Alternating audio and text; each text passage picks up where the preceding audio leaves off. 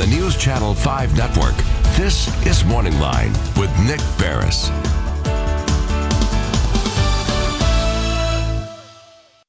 Good morning, everyone. Thanks for joining us on MorningLine. Nick Barris coming to you on a Tuesday.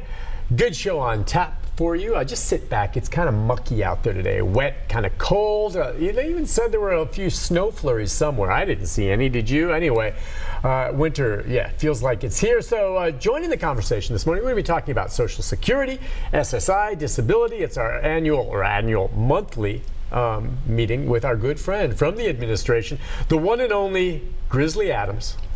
Josh. Hey, good morning. We were just commenting on his scruffy beard. Now, actually, it's not scruffy. It looks quite nice. It's full, it's dark, and I think that's a good look, especially for the winter. Even though his wife is less than enthused. She's saying, come on, give it a little bit of a trim. But you know what? That is a warmer, look for the wintertime. Yeah, I was outside yesterday quite a bit, moving some wood around and doing some different things, and it was nice. It helped me out. No. Is there a dress code or some kind of facial hair code within the Social Splotchy administration? Actually, no, there's not. No. I mean, for instance, I don't think that I couldn't grow a beard like that anyway. Mine would be all and splotchy, but probably not something I could grow here on the job because, they want me to look a certain way right now. They might be okay with it. Who knows? But anything, you just are asked to look professional. Basically. That's basically. And that's the same thing with us in the TV biz. Well, listen, we're going to open up the phone line. 737-7587 is the number if you want to jump in. As always, we can take phone calls if you're in the process of applying for SSI, disability, if you're, in the appeals process, questions about how long it takes. If you just want to ask about Social Security in general, as you were last time on, I believe we reported that there was a cost of living increase this year, which kicks in when? When will they see that? They'll see that with their January check. January check. And it was, I forget how much it was, but it's a modest increase. But it was, I think more than we've seen in a few recent years. Well, the good news is, the cost of living increase was 2.8%. But what's really the good news is that Medicare premiums only went up by $1.50. Yeah. So that means that pretty much everybody will see, or most folks will see, an actual increase, and it's not just going to be sucked up by the Medicare premium increase this year. I think that's awesome. So there's a little bit of that. So if you want to call, ask questions along those lines. I actually have a question for you. My wife, and this may have happened to you. We all know about identity theft and how crazy that was. She was contacted, I think, through Apple, that someone had somehow gotten hold of her Social Security number, was in the process of trying to change her password to get into her computer, gosh knows what else. And the beautiful thing about this is a lot of the credit card companies, Apple and other companies, have alerts that will contact you. And so we found out about that, and we immediately changed our Apple ID code, so there's no way they could get to that. But someone has her Social Security number, we believe, and has maybe tried to use it and access things. What do you suggest someone like her do in this situation? I was kind of telling her, who does she report it to? How do you handle it? It's not that she's had her card stolen or anything. We keep our card at home, but how many times is your number somewhere where someone could have picked it up? It's out there, folks. Yeah, with basically with the Social Security number being used for a myriad of different things in the world nowadays, it is very difficult.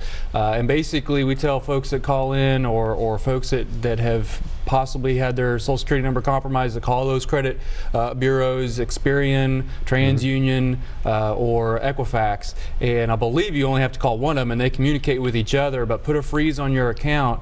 And you can do that preemptively too. No, what do you mean put a freeze on what account? So you can call them and talk to them and basically put your account in a freeze to where if you want to, say, sign up for a new credit card, you've got to call them, identify yourself, go through a process for them to unfreeze it just long enough for you to get your credit card, and then it'll basically go back into a frozen status. So that's something that I've done just kind of preemptively, just to make sure, because everybody primarily for credit cards and things like that use those credit bureaus to you just got to remember that you did it. Otherwise, if you just walk into Lowe's or wherever else and try to get a card, then you'll have problems. But if you already have your cards and you're not in the market for a lot of other ones, just freeze that stuff. And I'm just wondering, this day and age, there are so many checks and balances, which is good, and there are a lot of ways for folks to steal identities beyond Social Security numbers. What kind of damage can really be done by someone these days getting hold of just your Social Security number alone? I mean, it just doesn't seem, it can be bad, but it's not as devastating as it once was. They have to have more information than just that. Yeah, and I think you're right. I think that there has to be a combination of things, but I mean, they're you know, if somebody gets your Social Security number, I mean, it could be used for, you know, signing up to work or things like that. But I think primarily, can they use it to try to get your tax return? Somehow to obtain it? Yeah, to have it, send it and say, I have a change of address, send my tax return check to me here, using the number they stole from you. I haven't heard that. I haven't heard that. Would there be any reason to report the fact that you think your number's been compromised to Social Security? Should you call and report it and say, hey, or there's no reason for that? There's not really anything that we can do, but I'll tell you, one of the best things to do is to go ahead and sign up for a My Social Security account. I know we talk about it just about every time, but if you sign up for a My Social Security account and you feel like maybe something you know, happened, you can go ahead and get onto that, you're on your account, and make sure that things haven't happened, like, you know, somebody messing around with changing your address or changing your direct deposit information, things like that. You'll be able to jump on the computer anytime and take a look at that. And of course, you can make changes yourself when you need to. Okay, I mean, that's pretty good. All right, well, I just thought I'd bring that up. It's frustrating, you know, for anyone who has their card stolen or identity theft in this day and age. And you know, if nothing else, it's a dang headache. And I would like to take a sledgehammer to the head of the people who do this. Okay, that may seem a bit extreme, but that's the kind of anger you get from folks, and especially when they prey on senior citizens and find a way to get them. Seriously, I've got some other medieval ideas on how to punish them. It's best that I am actually not in charge, because I would not be a benevolent despot. I would do horrible things to some of these people. I would give them their, you know, they'd go to court and we'd have to convict them first. And once we were sure we had the right individual, then they would pay an awful price. Those people just make me puke. All right, beyond that, okay, I've said my piece. Anything else that you want to share that is new along these lines right now? Anything that's ironically, going along with this topic, I did want to mention this morning about the fraudulent phone calls. Good. We've seen an increase in fraudulent phone calls. The most recent one is calling you, making threats about closing your Social Security account, and making different kinds of threats to your Social Security account, and want to make sure that the public knows that those are not coming from Social Security. That we do not call and threaten people. That we do not call and and ask for you to send money anywhere and things like that. There's only a couple of times where we're going to reach out and contact you, and first and foremost is something where you have done something to precipitate or to cause us to call you. For example, if you submit a Social Security application online, we may call you to double check something that you put in there, or to make sure that we've got everything correct before we push the button.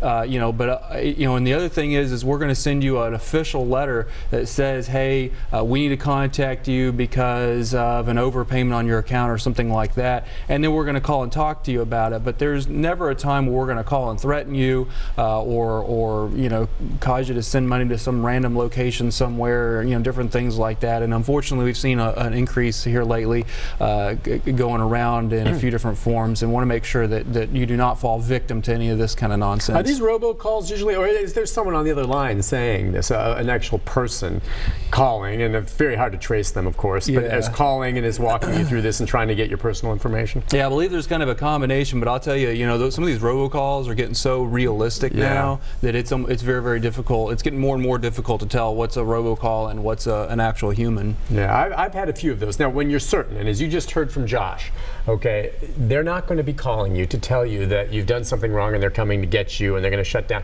So when you're certain that it's one of those bogus calls, again, I recommend having an air horn right here. And as they're talking to you, you take it and you put the air horn right up there and blast it. And then just imagine, while they're listening to you, you blow their eardrum out. I would love that. Just be really loud. They're, good idea, huh? As long as you're sure it's a bogus call, nail them with the air horn. All right, we're going to take a break. When we come back, the phone line, 737-7587 is the number. If you have a question or comment for Josh on Social Security, the phone line's filling up. It's a busy show. We're going to be with him till 9 o'clock. We'll take a break and be back with your calls right after this.